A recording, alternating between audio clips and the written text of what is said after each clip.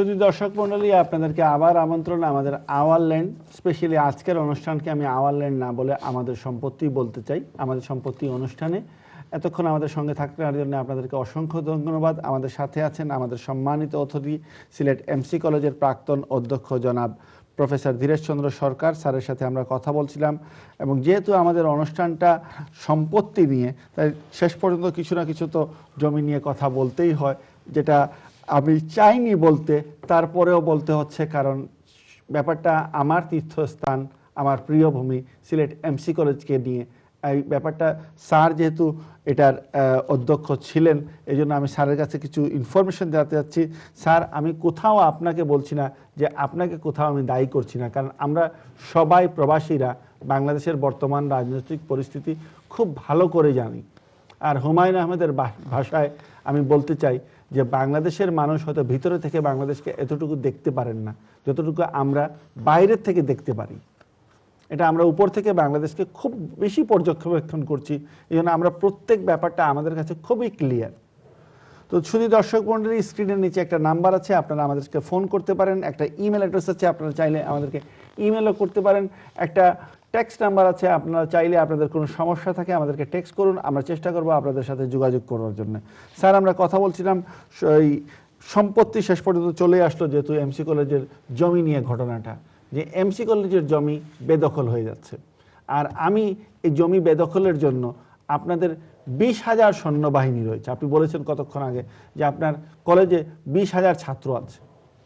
এই 20,000 সৈন্যবাহিনী যদি তাদের তীর্থস্থানকে সংরক্ষণ না করতে পারে, যেখানে আমার মনে হয় সারা পৃথিবী জুড়ে কয়েক লক্ষ এমসি কলেজের ছাত্র আছে, তারাও যদি সংরক্ষণ না করতে পারে, তো এই প্রবাসী ভাইয়েরা তাদের যে কষ্টার্জিত আয় দিয়ে যে জমি সম্পত্তি গড়ে তুলেছেন, সেটা কোনো মতেই তো রক্ষা করা সম্ভব না। আপনি এই সম্পত্তি বেদখল নিয়ে কি বলতে চান স্যার, একটু বলবেন আমাদেরকে। আমার মনে হয় আপনার প্রশ্নের ভিতরে কিন্তু উত্তর এসে গেছে যে 20,000 ছাত্র ছাত্রী, তার মানে 40,000 হাত। জি।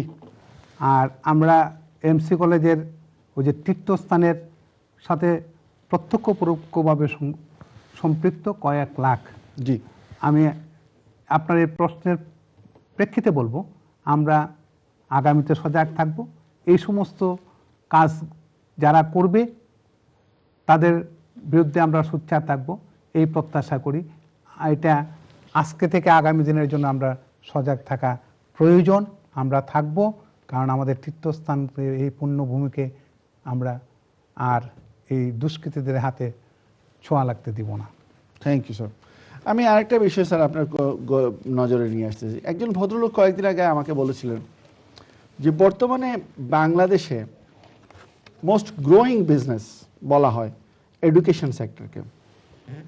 শিক্ষা বিক্রি হচ্ছে, 3 লাখ টাকায় গ্র্যাজুয়েশনের সার্টিফিকেট পাওয়া যায়, 4 লাখ টাকায় মাস্টার ডিগ্রির সার্টিফিকেট পাওয়া যায়।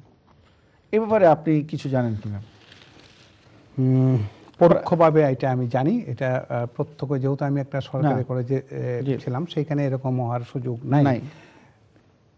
তো যে জিনিসটা বলে, এটা পরোক্ষভাবে আমিও শুনছি, এটার বাস্তবতা আছে।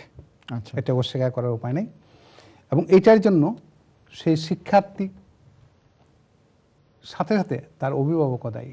আমাদের অভিভাবকরা এত বেশি গতিশীল হয়ে যাচ্ছেন, ওনারাও চাচ্ছেন যে কোনোভাবেই একটা ডিগ্রি নেওয়া। জি। তো আমরা যদি সজাগ না হই, এবং অভিভাবকদেরকে আমি আমার এই অনুষ্ঠানের মাধ্যমে অনুরোধ করব যে আপনারা একটু ধৈর্য ধরেন, ধীর স্থিরভাবে লেখাপড়া। আমি সাধারণত বলে থাকি, দুনিয়া সব কিছুই শর্টকাট চলে। একটা কাপড় শর্টকাট করে আমি আধুনিকতার দিকে অগ্রসর হতে পারি, কিন্তু লেখাপড়া, শিক্ষা, এটা শর্টকাটের বিষয় না। এটা যত বেশি দীর্ঘায়িত হবে, তত এটা পরিচালিত হবে এবং ততই জীবন ভিত্তিক হবে। সুতরাং এখানে আমাদের সবারই সজাগ থাকা একান্ত প্রয়োজন মনে করি। স্যার, আমি আরেকটা জিনিস আপনার ব্যাপারে আপনার কাছ থেকে এবারে পরামর্শ চাইব। যেমন আমরা আমাদের এই অনুষ্ঠান আওয়ার ল্যান্ড, যেহেতু আমরা মানুষদের জমি সম্পত্তি নিয়ে, সমস্যা নিয়ে আলাপ আলোচনা করে থাকি এই অনুষ্ঠানে, তো আমার এই অনুষ্ঠানের কারণেই হোক, কয়েকজন আইন পেশায় জড়িত অ্যাডভোকেট সাহেবের সাথে যোগাযোগ হয়েছিল, যারা প্রাইভেট ইউনিভার্সিটি থেকে পাশ করেছেন। এবং আমি উইথ এ ডিউ রেসপেক্ট বলতে চাইবো যে এদের সাথে আমার সাথে দেখা হওয়ার পরে মনে হচ্ছে যে এরা শিক্ষিত তো দূরে থাক, এরা অশিক্ষিত স্তরেও পড়েন না। তা আমরা কি প্রাইভেট ইউনিভার্সিটিতে এরকম কিছু করতে পারি না যে লিমিটেড করতে পারি না যে এই কোর্স প্রাইভেট ইউনিভার্সিটিতে পড়ানো যাবে, এই কোর্সটা পড়ানো যাবে না? আচ্ছা, একটা কঠিন প্রশ্ন আমার জন্য, কারণ এই যে নাগরিক হিসাবে আমি সেটাই বলছি। যেমন আইনের বিষয় নিয়ে প্রশ্নটা, যেটা সত্যিকার অর্থে তো আমি সেই আইনের একাডেমিক সাইড সম্বন্ধে তো ভালো ধারণা আমি রাখি না। তো আমি একটা কথাই বলবো, যে কোনো ধরনের শিক্ষাই হোক না কেন সেটা জীবনভিত্তিক হওয়া উচিত, এবং একটু সময় দিয়ে ধৈর্য দিয়ে এটার গভীরে যাওয়া দরকার। আপনি যেটা বলছেন এটা বাস্তবতা অস্বীকার করার উপায় নেই, তবে কিছু কিছু তো ভালো আছে, এটাও স্বীকার করতে হবে না। আচ্ছা, হ্যাঁ, সেটা সুতরাং এই দুইটার মাঝখানে আমাদের চলতে হবে, এপার ওপার দুই দিক দিয়ে চিন্তা ভাবনা করে। আমার প্রশ্ন হলো, আমি সবসময় একটা কথা বলে থাকি, একটা ভুল জীবনে যদি হয়ে যায়, ভুলেরটা নিয়ে আমরা কথা বলবো, ভুল থেকে শিক্ষা নেব, তবে ওই ভুলটা যেন আগামীতে না হয় সেই দিক দিয়ে আমাদের সজাগ থাকতে হবে। আপনি আমি সবাই কিন্তু আমরা ওই জায়গাগুলো আমরা বুঝি, যেহেতু বুঝি, আমার প্রশ্ন হলো সেটা যেন আজকের মধ্যেই শেষ হোক, আগামীকাল যেন সেইটা ভুলটা না হয়, সেদিকে সজাগ থাকতে। Thank you sir. কিন্তু আমার কথা হচ্ছে স্যার, একাডেমিকলি অ্যাচিভমেন্ট ওয়াইজ আপনিও আমার সাথে একমত হবেন যে ডাক্তার, আমরা খুব মুখ ভরে বলি ডাক্তার একটা অ্যাচিভমেন্ট হলো, একটা ইঞ্জিনিয়ার একটা অ্যাচিভমেন্ট হলো, একাডেমিকলি গুড অ্যাচিভমেন্ট। ডক্টর, আচ্ছা ডক্টর বাদই দিলাম, কারণ ওটা সাধারণ মানুষের সাথে একটু বাইরে থাকেন ওনারা। ডাক্তার এবং ইঞ্জিনিয়ার, এবং দেখা গেছে কি যে এই দেশে অনেক প্রাইভেট মেডিকেল কলেজ থেকে বাংলাদেশ থেকে পাশ করে আসেন এই দেশে, এবং এদেশে আসার পরে ওনাদের কোনো অ্যাফিলিয়েশন না থাকার কারণে বা এদেরকে রিকগনিশন না দেওয়ার কারণে ওনারা এসে এন্ডেড আপ ইনে ফাস্টফুডের শপে এসে ডাক্তার সাহেব কাজ করছেন কয়েক বছর ধরে ফাস্টফুডের শপে। এটা দুঃখজনক ঘটনা আমাদের জন্য, কারণ প্রাইভেট মেডিকেলের রিকগনিশন নেই এই দেশে। এবং স্ট্যান্ডার্ড ওয়াইজও অনেকের মতামত হচ্ছে যে প্রাইভেট মেডিকেলের স্ট্যান্ডার্ড গভর্নমেন্ট মেডিকেল স্ট্যান্ডার্ডের চেয়ে কমপ্লিটলি ডিফার করছে। সেটা আপনার কি কোনো ধারণা আছে স্যার এই ব্যাপারে? এক সময় আপনার সাথে আমিও এগুলো চিন্তা করতাম। বর্তমানে কিন্তু কিছু কিছু দেখা যাচ্ছে প্রাইভেট মেডিকেল থেকে যারা পাস করছে তারা কিন্তু ওই গভর্নমেন্ট মেডিকেল কলেজের স্টুডেন্টদের সাথে কম্পিটিশানে আসছে, বিসিএস পরীক্ষা দিচ্ছে, তারা কিন্তু কোয়ালিফাই হচ্ছে এবং চাকরিও পাচ্ছে। তো আমি যেটা মনে করি যে এদের প্রতি যদি একটা বিশেষ নজর রাখা হয়, যেটা বলছেন গ্যাপ আছে, এটা অস্বীকার করে, তার ডেভিয়েশনটা যথেষ্টই, তো কেমন জানি মনে হচ্ছে যে আস্তে আস্তে এটা বোধহয় ওভারকাম করতে পারবো। সব প্রাইভেট মেডিকেল কলেজের কথা বলছি না, কিছু সংখ্যক আছে মানসম্মত এবং সরকারি মেডিকেল কলেজের স্টুডেন্টদের সাথে তারা কম্পিট করে কিন্তু তারা টিকে যাচ্ছে। সঙ্গে এটা একটা আশার আলো। তবে বারবার আমি বলবো যে ওই দিকে বিচক্ষণার সহিত লক্ষ্য রাখতে হবে যে যাতে মানসম্মত শিক্ষাটা হয়। As a student, as a মানে ছাত্র হিসাবে আমরা কিন্তু আমাদের বাংলাদেশের ছাত্রদের একটা নাম আছে, একটা সুনাম আছে পৃথিবী ভরে। এবং আপনি যদি একাডেমিকলি এদেশেও দেখেন, ইউরোপে দেখেন, আমেরিকায় দেখেন, সব জায়গায় কিন্তু আমাদের ছাত্রদের একটা অ্যাচিভমেন্ট কিন্তু খুবই ভালো, রেজাল্ট ওয়াইজ আমরা খুবই ভালো করছি। এবং এদেশে অনেক ছাত্র পড়াশোনা এসেছেন, এদেরও ডিস্টিংশন সহ ওদের রেজাল্ট আছে, ভালো অ্যাচিভমেন্ট একাডেমিকলি, সেম থিং। কিন্তু আমার কাছে যে জিনিসটা মনে হচ্ছে যে বাংলাদেশের যদি কিছু মানে সামান্য পরিবর্তন, here and there, little bit সিলেবাসের পরিবর্তন, লিটল বিট কারিকুলামের যে সাইডগুলো আছে এগুলো যদি পরিবর্তন করা হয়, আমাদের ছোট্ট একটা পরিবর্তন অনেক ধরনের চেঞ্জেস নিয়ে আসতে পারে। আমাদের দেশে যেমন একটা কারিগরি শিক্ষা একটা খাতকে খুব অবহেলার নজরে দেখা হচ্ছে, এদেশে কিন্তু কারিগরি শিক্ষাটা কিন্তু মানে HND লেভেলটা খুবই কিন্তু রিকগনাইজ এবং খুবই পপুলার। আমাদের দেশে কেন হচ্ছে না? ঠিক হচ্ছে না বললে চলবে না, তবে সেটা সংখ্যাগত দিক দিয়ে কম হচ্ছে।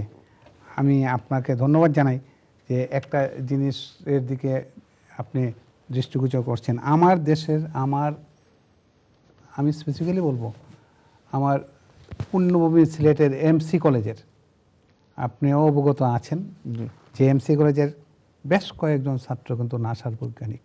জি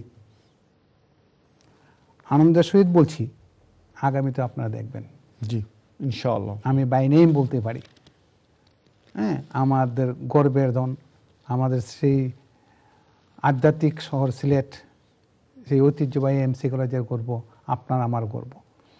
সুতরাং হচ্ছে আমার মনে হয় আপনারা এমসি কলেজ তথা সিলেটের বাসে আমি সহ আমরা প্রত্যাশা করতে চাই, আর এই সংখ্যায় আমরা তৃপ্তি না। স্যার আপনার জন্য মনে হয় কলার ওয়েটিং করছেন। আসসালামু আলাইকুম কলার। আসসালামু আলাইকুম কলার। একটা জিনিস জানতাম সৈয়ার সাহেব, জি 1970 ইংরেজিতে একটা জমিনের কেস হয়েছিল নামজারি লিয়া, তখন নামজারি তখন আমরা পাইছি, কেসও পাইছি, মামলা পাইছি। পাওয়ার পরে এখন সে মালিক, যে পুরানা মালিক যে আছিল, এই মালিকে দখল করিলা যে, এখন আমরা তো বিদেশ, জি তখন আমরা এই পুরানা মালিকে দখল করে যে কেউ তো বাড়িতে না, এখন আমরা এই জায়গায় কান আমার অংশ রয়েছে। জি এখন ফর্সা নামজারি দলিল আমার কাছে আছে, এখন ইগনাই তোর কিলা কিতা করলে তারে আটকাইতাম পারমু। জি এখন আমি আপনার একটা প্রশ্ন করি, আপনি যে 1970 ইংরেজির জায়গা হইলা নামজারি যে আপনার কাছে আছে, এই জায়গায় আপনি ফাইলা কিলা? এটা কিন্তু আপনার খরিদরা সূত্রে মালিকানা নি?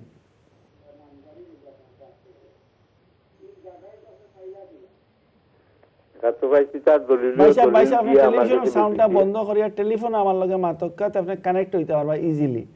আপনি টেলিভিশনের সাউন্ডটা বন্ধ করুকা প্লিজ, তো বুঝবা আপনি। আপনার কাছে এসএ ফোর্সা আসেনি? জিও এসএ ফর্সা আছে।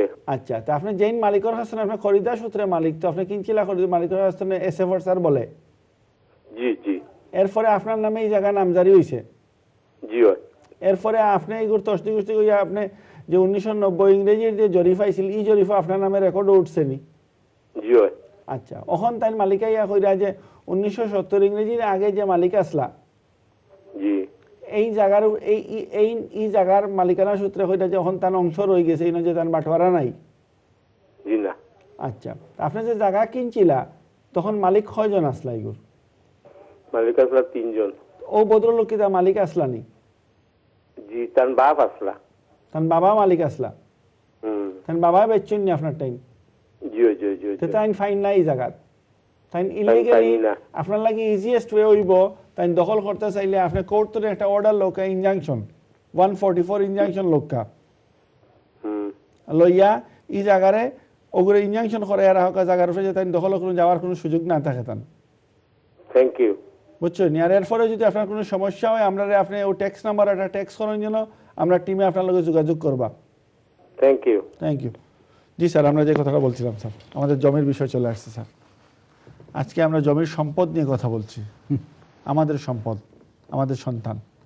তো স্যার আমরা যে কথাটা বলছিলাম, যেমন এই দেশে স্যার একটা প্লামার, জাস্ট প্লামার একটা 3 বছরের কোর্সে যায়, one of the highest earner কিন্তু এই দেশে প্লামার। একটা ইলেকট্রিশিয়ান 3 বছরের কোর্স করতে হয়, ইউনিভার্সিটি লেভেলে, কলেজ লেভেলে গিয়ে কোর্স করতে হয়, তারপরে তাকে এক্সাম ফেস করতে হয়, তারপরে লাইসেন্স নিতে হয়, এরপরে সে ইলেকট্রিশিয়ান হিসেবে কাজ করতে পারে। আমাদের দেশে এই ধরনের জিনিস কেন ডেভেলপ হচ্ছে না? ডেভেলপ হচ্ছে না, বা ডেভেলপ হলেও গতি এত ধীর, উল্লেখযোগ্য না।